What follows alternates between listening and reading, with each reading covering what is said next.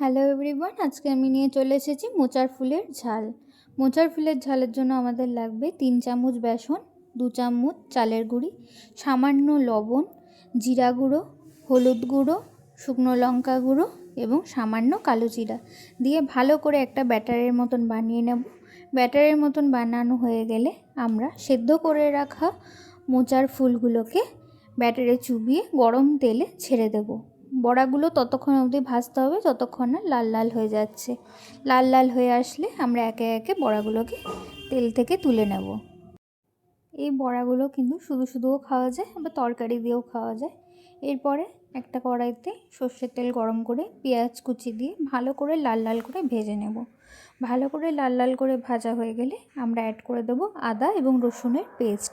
ভালো করে এটাকে মিক্স করব যতক্ষণ না কাঁচা গন্ধটা চলে যাচ্ছে। কাঁচা গন্ধটা একবার চলে গেলে আমরা দিয়ে দেবো টমেটো বাটা। একটা ছোট্ট টমেটোকে কিন্তু মিক্সিতে পেস্ট করা হয়েছে। ভালো করে কষিয়ে আমরা সামান্য জল অ্যাড করে দেবো।